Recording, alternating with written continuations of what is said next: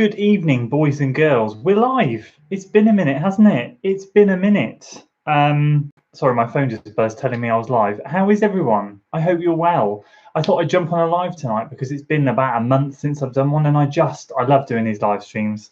And yeah, just thought I'd come and say hello, and we can do a little bit of a chat about some running shoes tonight. As you can see, I've got a collection here and here of all my 2019 running shoes so far this year. And I've had some crackers and I've had some not so good ones, and I thought I'd share them with you, share my thoughts on them. I plan on doing a big end of year video on it anyway and kind of ranking them all and that sort of thing, but I thought tonight I'd go through, especially as we've had a fair few new subscribers over the last couple of months, and I thought it might be good to show you my collection from January this year right through to what we're running in now. So whilst we're waiting for a few people to jump on, say hi in the chat. How is everybody? What are you drinking? What are you running in? What are your running shoes at the moment? Joe, mate, good evening. I'm doing well, mate. How are you? I have high arches and reasonably wide feet. What shoes have you used which are quite spacious? That's a really good question. I've got really wide feet too. So if you've got high arches, you'll probably need support. I mean, I'll be honest with you, all the supportive shoes I've run in tend to be Asics, and they tend to be quite good. But from a racing shoe perspective, they're not very good. It depends if you can get away with training like an Asics shoe, like these ones here, but then racing in something a little bit more neutral. I don't know. Do you race in neutral shoes? In terms of training, though, Asics are always a good bet for wide feet. The New Balance Propel is also neutral, but I'm finding very supportive too. So we'll get into that more this evening. I hope your running's going well as well, mate. How is it going? Have you had any races recently? It'd be great to hear. Good evening, Chris. How are you? How are you? I hope you're well.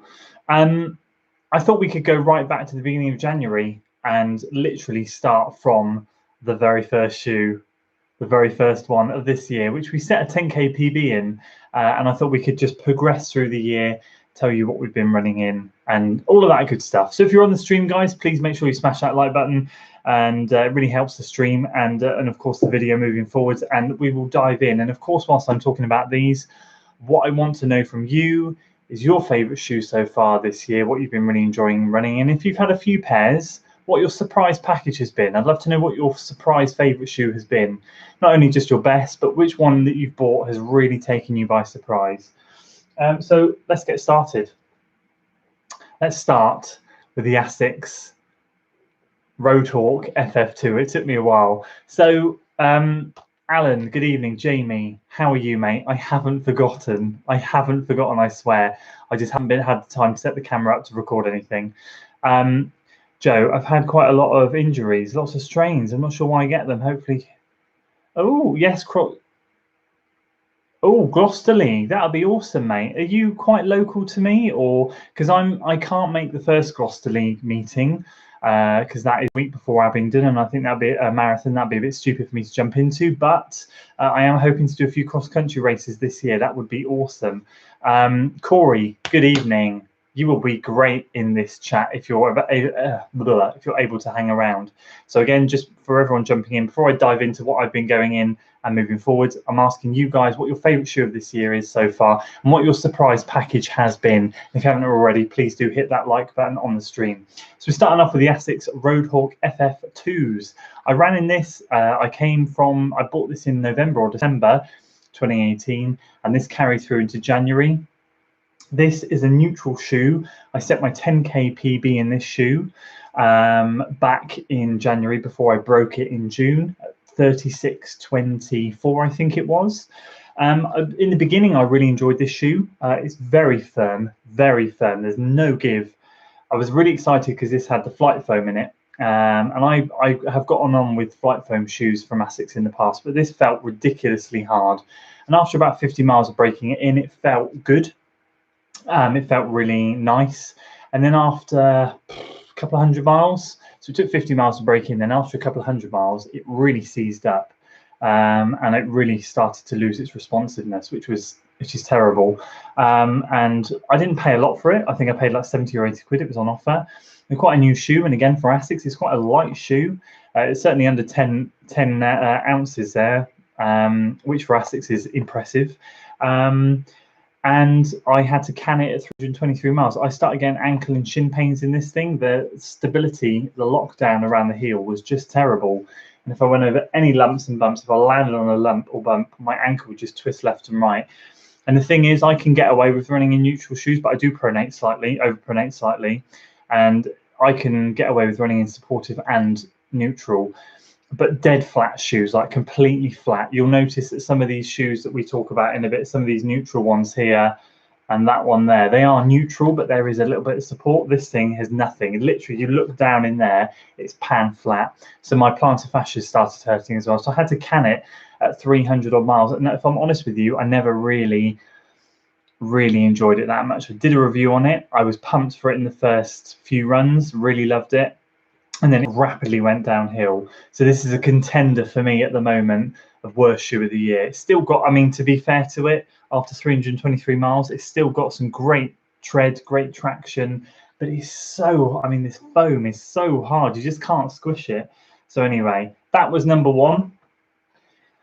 We jumped into marathon training and I got my first pair of Nike Zoom Flies, sorry. This was the very first pair I got, £80, absolute bargain. And I thought to myself, when I was running in this thing and I knew I was going to be training hard for Newport, I wanted a marathon shoe that I could train in and race in and get my body used to. And this thing started the obsession this year of getting all the shoes, because I had run in Asics since I'd started running, literally like since 2015. And this is the first brand that I tried separate to Asics, and my mind was blown. I don't know if some of you guys remember my review on it, but I was like a kid in a sweet shop. Like, I was like, oh my God, this is the most amazing thing in the world. This shoe's incredible. And to be fair, it still is one of my favorite shoes. And it's got some good wear. This is the first one. That's the second version I have, which is still going. This has over 300 miles in it. I retired these because they just felt like they were getting a bit flat. The Zoom X foam, or whatever this foam is that they're using here on this shoe. It started getting very, very crinkled, as you can see, just lost its responsiveness, lost its squidginess. But I clocked well over 300, nearly 500 miles in this thing. So this thing, I got mega bang for my buck, especially paying £80 for it. Just before I carry on, let's see what else everyone's putting. Dan, good evening. Stu, mate, how are you? I hope you're well. I put 98% of my miles into the Brooks. Yeah, Brooks is really popular. I know the glycerin shoe is a good all-round shoe. The glycerin shoe reminds me a little bit of this thing here, the GT 2008. I don't know if the glycerins are supportive, but they're just a range in the Brooks line, which just seem to be like solid.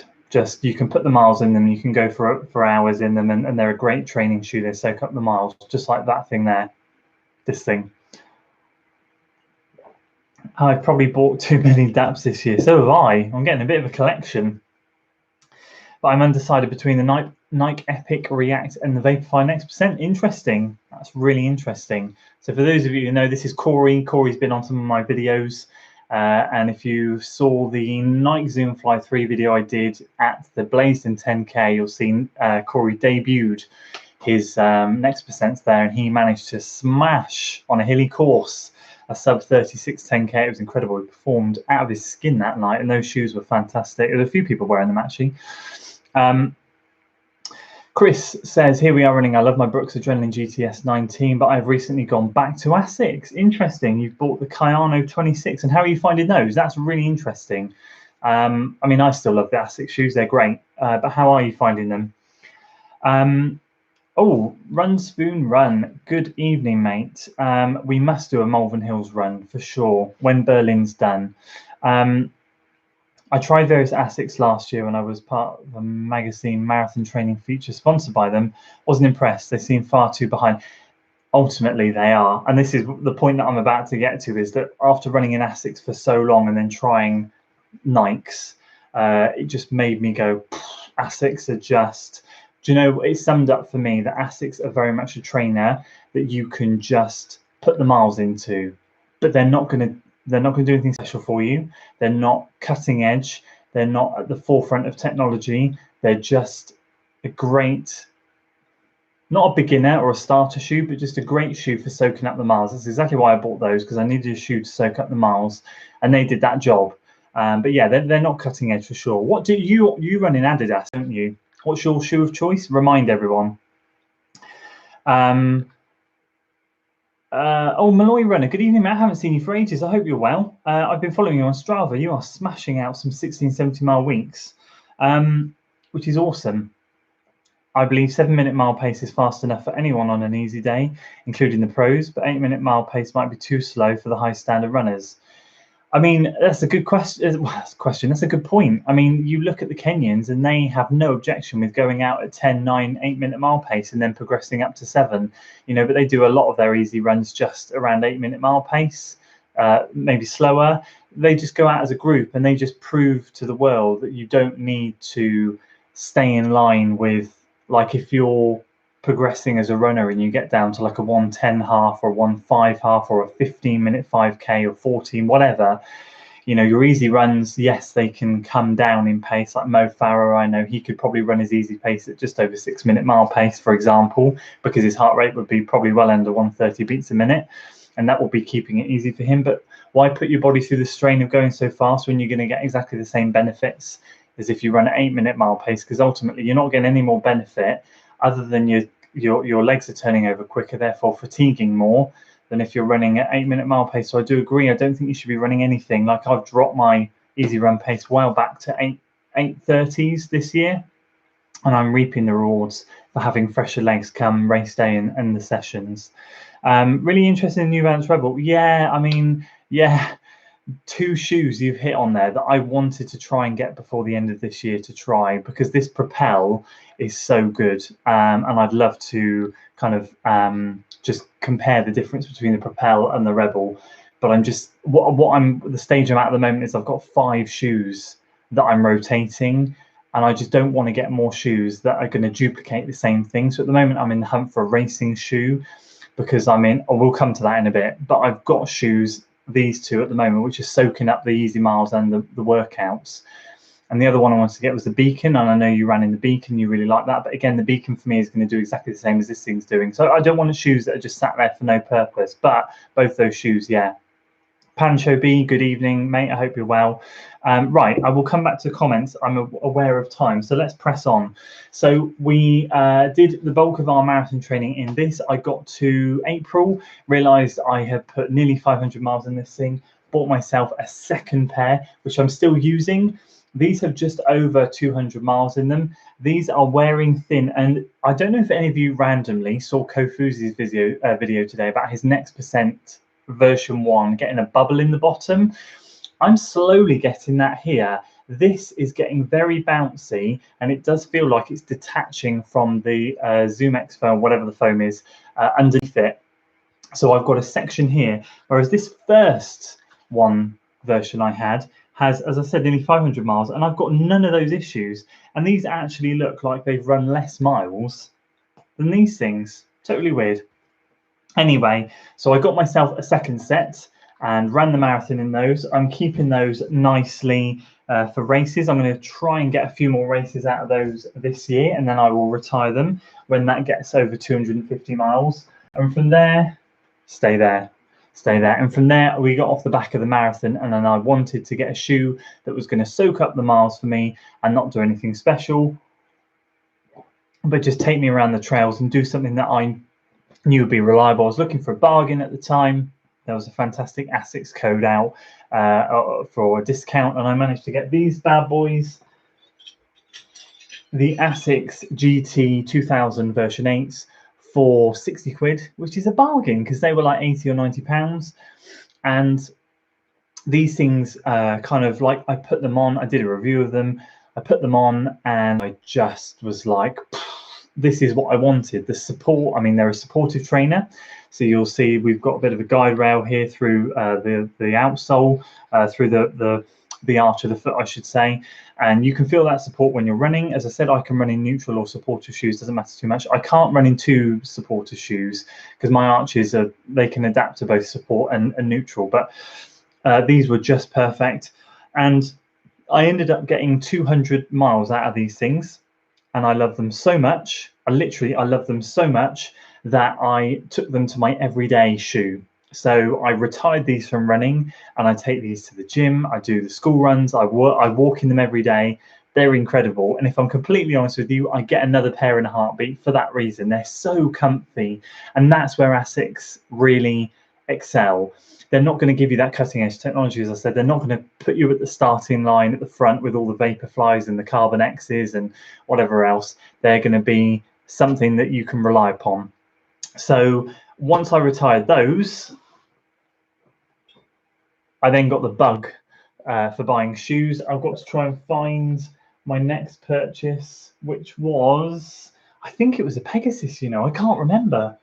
My mind is blowing a little bit right now. I'm sure it was probably the Pegasus, because or was it?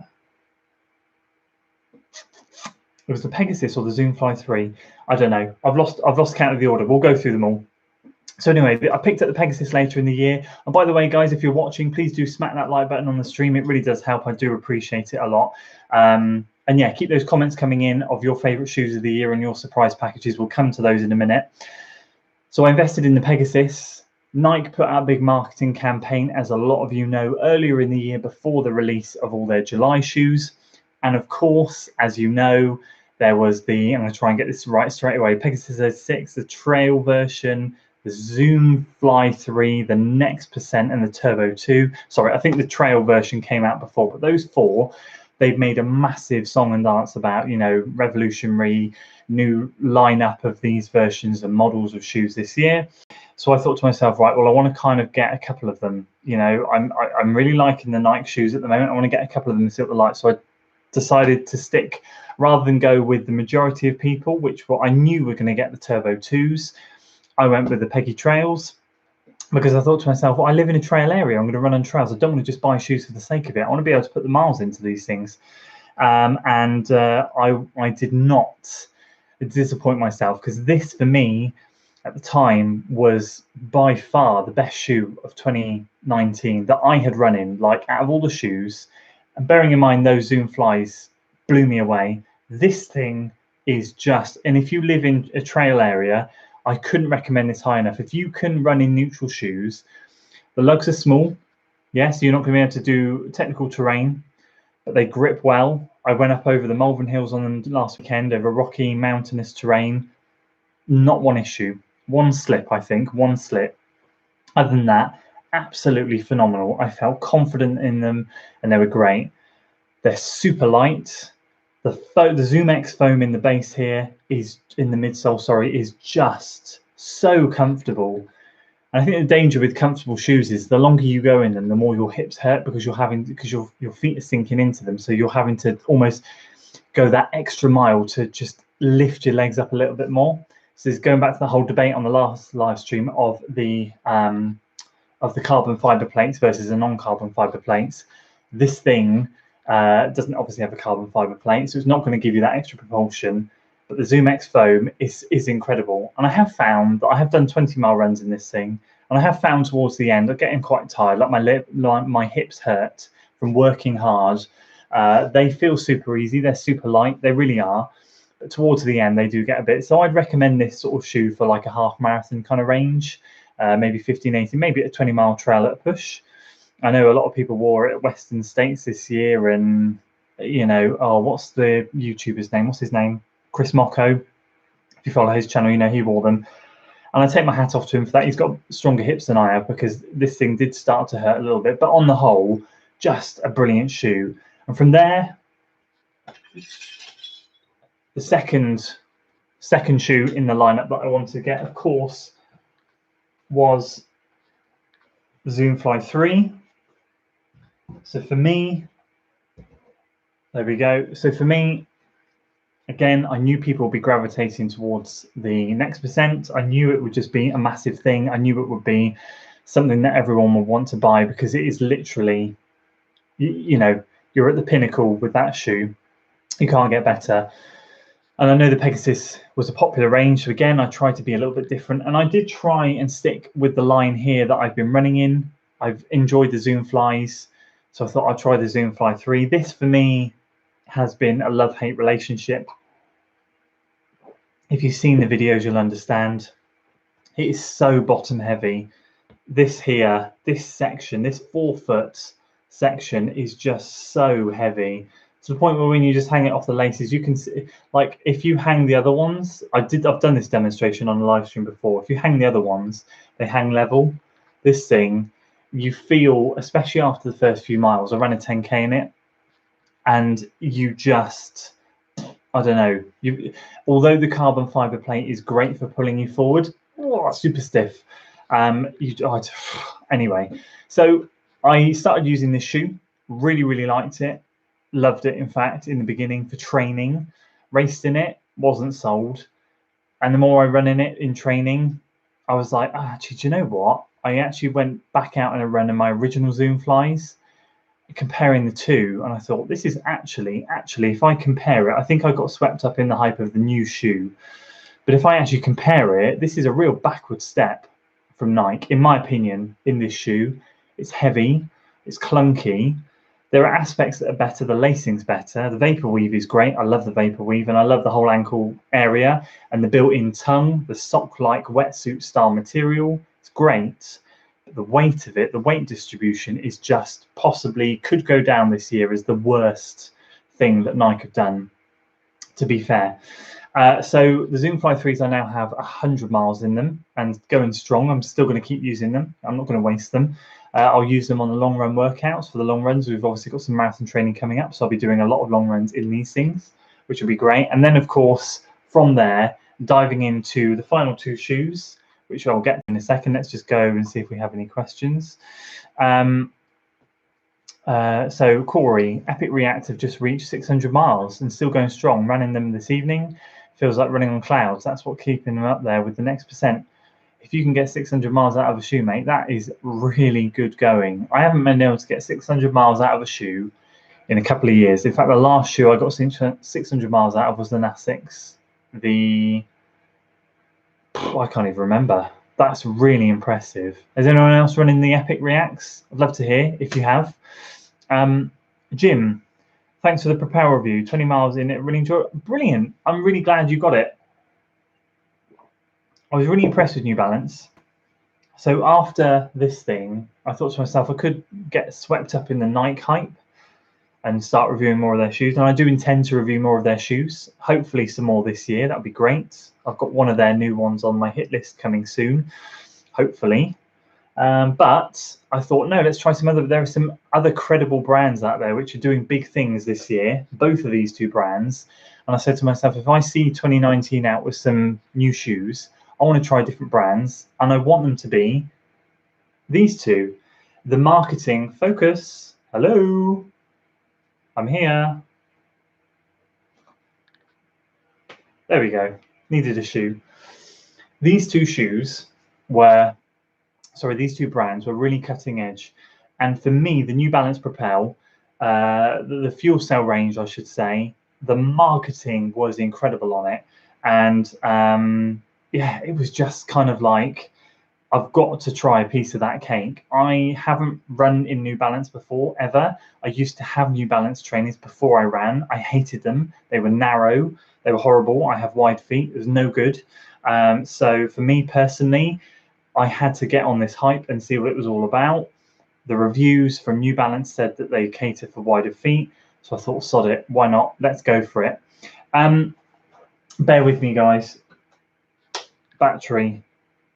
There we go. Laptop was about to die.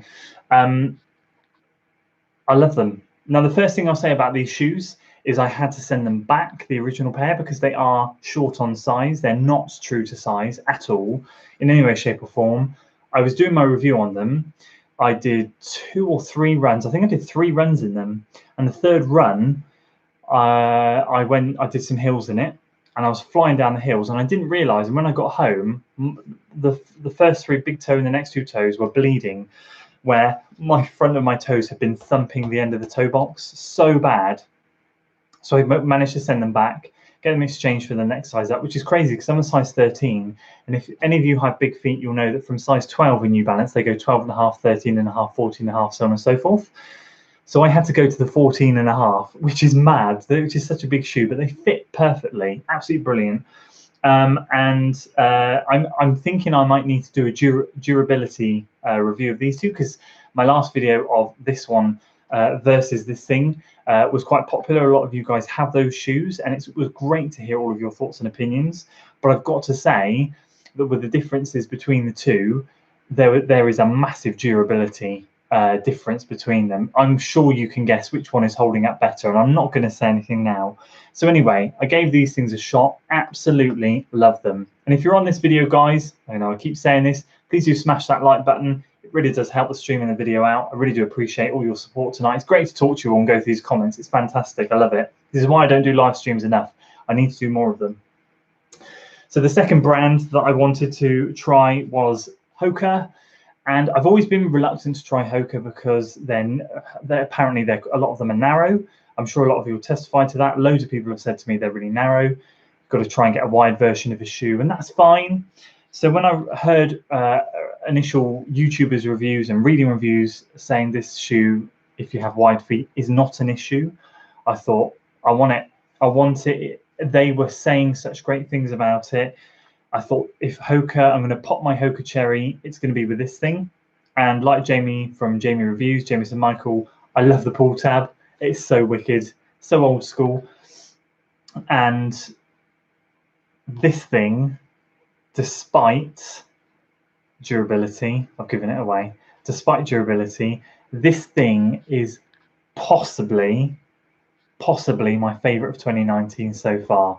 I am absolutely loving this thing. It is so light. You just want to run fast in it. And the exciting thing for me is I've got Swindon half marathon in 2 weeks' time.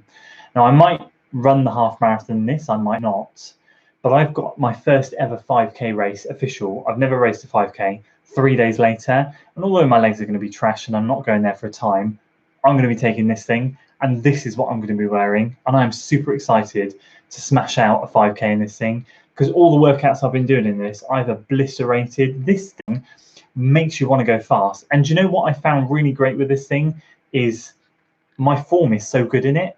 I don't know what it is. It doesn't have a carbon fiber plate in it. It has a meta rocker. I'm not 100% sure on the differences. I know it's to help guide your foot into a good position, but I always find myself running so smooth in this shoe. And I've got to be honest with you guys, these two at the moment in particular are a dream team for 2019. I said it in the video, I'll say it again. This thing, easy runs, long runs, and even some longer tempo intervals. This thing, short, fast stuff. You do not need any other shoes other than these two. In 2019, so far this year, in my opinion, these are the only two you need. And then a racer, of course. And we'll come on to that in a second. So that, guys, is a wrap on every single shoe I have run in. I want to talk about 2 or 3 shoes that I'd like to try now for the remainder of 2019. And of course, I want to read some more of your comments and hear what your thoughts are. And of course, what shoes you've been loving and enjoying. And of course, what you would love to get your hands on. So once I read some of these comments, make sure you drop in a comment. What's been your favorite shoe of 2019 so far? What's been your surprise package, and what you'd love to try? Yeah, I want to know those 3 things. Pancho, sorry if my English is not the best. Do not worry, mate. Your English is brilliant, but what midsole do you think is the best today? Hyperburst, Fuel Cell, Boost, Zoom, etc. Okay, so just to clarify, your English is amazing, so do not worry. I haven't tried Hyperburst. I haven't tried Boost. I haven't tried Everrun or Evrun, whatever that is. So the only thing I've tried this year is this. So this is my first year where I've really started to dive into shoes and experiment. And in my opinion, from what I've been running in at the moment, I would say that the Fuel Cell midsole and the Zoom X midsole are on a par for the most comfortable. For the most comfortable, they are on a par, because the Pegasus 36 Trail, that Zoom X foam, and the Fuel Cell foam in that thing, stunning. Now, some of you will correct me. I have no idea what it is. No, not correct me. You'll tell me. Whatever this midsole is in the Hoka, that is incredible for racing. So that's been the best racing midsole I've found, if I'm honest. Like, it's made me want to go fast. That's a perfect combination of in the middle of hard and soft. Like, it's soft, but it's also very responsive. It springs and snaps to your thing.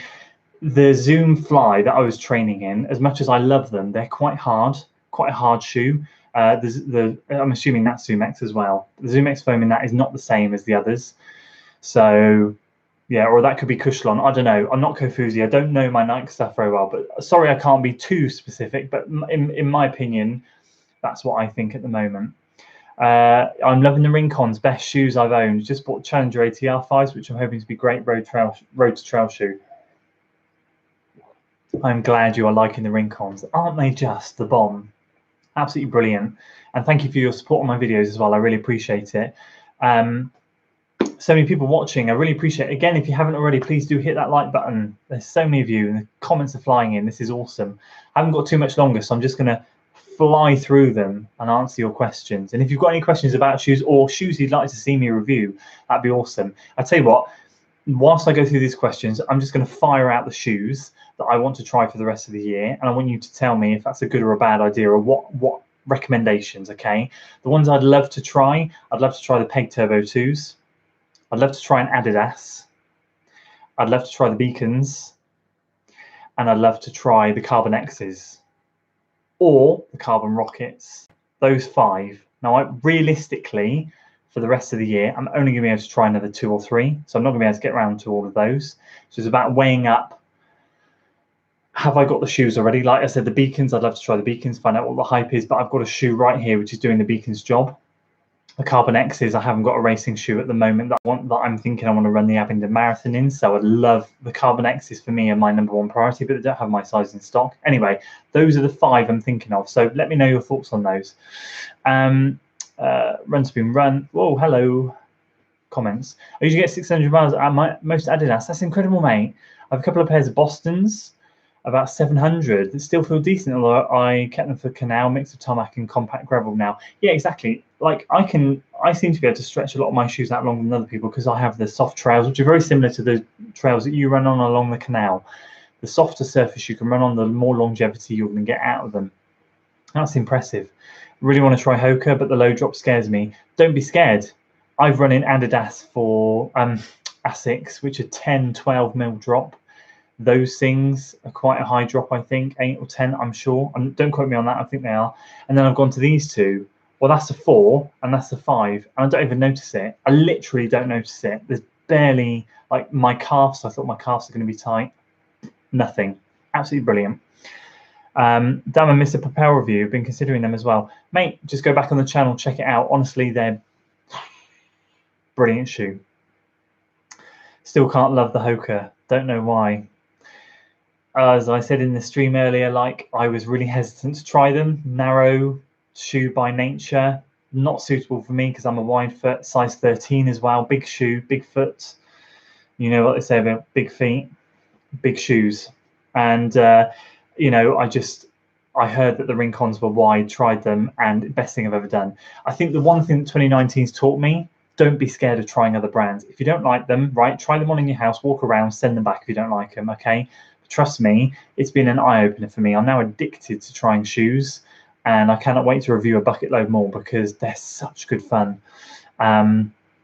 Jody runs. My favourite is... You haven't told me what your favourite is. Please do tell me. Have you commented? Yes, you have. Right, I'll come to that. I had the Hoka Clifton 3 and the ATR version 1 and enjoyed them both. The Rincons look great, and I hope to finally break 20 minutes 5K this year. Rincons, not the Rebels. Sorry, I haven't tried the Rebels, so I don't know. The Rebels would be more suitable. I was thinking Propel then. The Rebels and the Propels obviously are slightly different. The Propels are more of an all-round shoe. You can do speed, long run, easy run, everything in.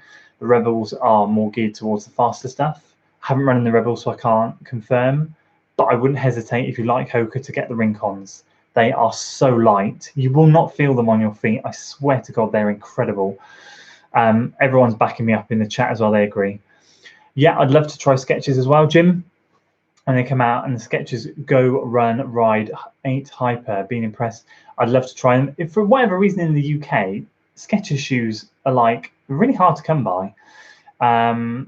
There you go, Kevin. Thank you, mate. I knew you would correct me. So the version 1 here, that's Cushlon foam, so not Zoom X. So that's why it's harder. So going back to the original question, the Zoom X foam in that bad boy there is beautiful. The what did you say? Cushlon, not digging it so much. Rachel, RD to PT. I am a Boston convert 2. I've only run an Adizero and a Great 2. Would love to try a Hoka. Yeah, I've got my last video on the Hoka, which I want to try and do this weekend, but I'm not sure I'm going to be able to because I'm not doing a big long run because I'm tapering for Swindon. I want to do a long run in them and see how they fare, see how the Hokas fare over a longer distance, the Rincons in particular. So I'm not sure the Rincons are the ones for those, but there are plenty of the Clifton 6s are getting rave reviews. I'd love to try the Cliftons as well. Bit heavier than the Rincons, but still decent long shoe. With a carbon infused, yes, yeah, that's it. I knew it had some carbon plating in there. I didn't realize it was Cushlon. Zoom flying it is, whoa, too many comments, is React foam. Agree, they are stiff. Okay, React, right. So I haven't got the version 2. I think I've just got the version 1. Those two are both the same. I haven't ever had the flying it version. I've jumped from 1 to 3, never had 2. Everyone raves about flying it. I've never tried a flying it shoe. I will at some point. My favorite is definitely the Pegasus Turbo 2. So light and they're great in hot, humid conditions. Keen to try Ultra for trails. So the Pegasus 2, exactly, mate. That's what I want to try. And thank you for sharing that video with me. For some reason, when I replied to a comment the other day, it got into my spam. So I dug it out and I replied. It was a decent video, mate. I want to try the Boston. I've had a couple of Ultra Boost shoes, but I can't, too heavy. But I bet the Boston can last. Yeah, Adidas are on my hit list. I'd love to try them. I reckon you can skip the beacons since you have the Rincons. There you go. See, that's what I was thinking. I wanted to try the beacons, but they're kind of least of my priority. Cheap though, 80 quid at the moment. Yeah, exactly, Kevin, mate. Big feet mean big shoes, which mean big socks. Have you seen the Nike Joyride Run Flyknit? I have, and I'm steering clear of them. I've seen a few reviews on them. Well, I'll be honest with you, when I saw them, I thought, what? This must be like running on a beanbag. And then the reviews I saw of them were not impressive, and I just thought, I'm not going to spend my money on it. I don't have a lot of money as it is. I'm not going to waste my money on those. I'm a Beacon fan, but the Saucony. Oh, okay. First shout for Saucony in the chat tonight. I'm a Beacon fan, but the Saucony Zealot ISO 3 is winning me over. That's really interesting. So again, it's another brand I want to try next year. So next year I've got big ambitions to try lots more brands. This year I've just broken out from Asics and tried Nike, Hoka, and New Balance. Next year, if I don't this year, I obviously want to try Reebok, Adidas. I would love to try an Ultra shoe, Saucony for sure. There's loads that I'd love to try, and loads of other brands, but we'll get to that anyway. So there we go, guys. That's awesome. You guys have been incredible. Saucony, Peregrine, ISO are great. Saucony. I'm writing people. Saucony, Peregrine, ISO. And what was the one above? The Zealot, or Zello, however you say it. ISO 3. Awesome.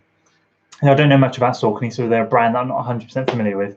So there we go, guys. That is some of those ultralight Reebok. Yeah, I know. I'd love to try them. I'd love to try those Reebok ones. They do look super light and super interesting. It's like, actually, what they remind me of is the New Balance 5280 or 5280 or however you say it.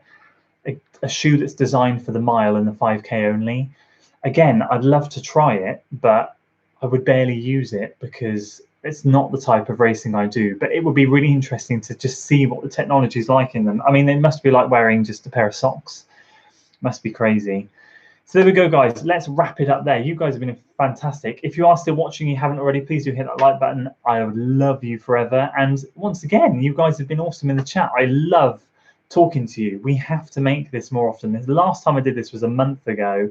I need to get back, hopefully over the winter when the nights get darker. I will get onto the live stream a bit more and we can talk more about whatever you want to talk about. And of course, if you've got any recommendations for live streams, make sure when this live stream is finished, you leave those in the comments below. And yeah, any more questions, just quickly fire them in. We'll have a couple more minutes. Steve, would you ever consider barefoot field shoe? I've always avoided you to increased injury risk? So that's a good question. I occasionally, when I'm at the track, not now, but when I was on the track doing a cool down, there would be occasions when I would chuck the shoes away and I'd just run around the track barefoot. Because ultimately, barefoot running is not something you can just jump into lightly. It takes a bit of adaptation and it takes a bit of change. If you're used to, especially at the time when I was running in higher drop shoes, that would be a drastic change. And I couldn't just go out and run 5, 6, 7 miles barefoot or in a barefoot style shoe like a, I don't know what they are, those 5-finger toe shoe thingies. But I do warm down from workouts sometimes barefoot, and it's really cool and I really like it, and I go really slowly, but my feet thank me for it. And I'm going to touch wood here. I really am touching wood. My injuries this year have been minimal, and I strongly believe, and people were telling me this all the time, you need to chop and change your shoes. You need more than one pair of shoes. I was just a 1-shoe runner, and then when the shoes came to the end of their life, I would get calf pain, hamstring, quads, ankle, whatever, because the cushioning would go, the support would go. So now that I'm rotating and running on fresher foamed sort of shoes, and then switching up to barefoot, I'm touching wood here. My injuries have been minimal to none, which is awesome. So yeah, I would try it. Ed, good evening, mate. Fresh from a 5K race. I hope you did well. I'm literally just wrapping it up, mate. I'm really sorry, but I hope you did well. Yes, rotation makes a massive difference. Trail shoes hot on the radar is the Evo Speed Goat. Yes, seen some great thoughts on that one. Again, if I was running more trails at the moment, because I'm training for road races, I'm looking for road shoes, but if I was training for more trail stuff, that and the Clifton 6 would be on the hit list for sure. It looks good. It looks nice, doesn't it? I do agree. That might be a good one for you to try. So there we go, guys. Let's wrap it there. You have been flipping fantastic. You're incredible. It's been great to chat to you. I hope you have an awesome rest of the evening. As I said, if you haven't already, please do hit that like button, share it with your friends, subscribe to the channel if you've joined in and you're new here for regular weekly running content. And I will see you over the next few days for another video, of course. Less running, Ed, and more. Yeah, exactly. He needs to get back to making his YouTube videos, isn't it? What, Jody? I'm going to run it in the Rincons, hands down. I'm giving them a bash in the 5K, 100%. That's what I'll be doing those in. So there we go. You've been awesome. Thank you so much. I will see you next time. Thank you for all your support as always. Until then.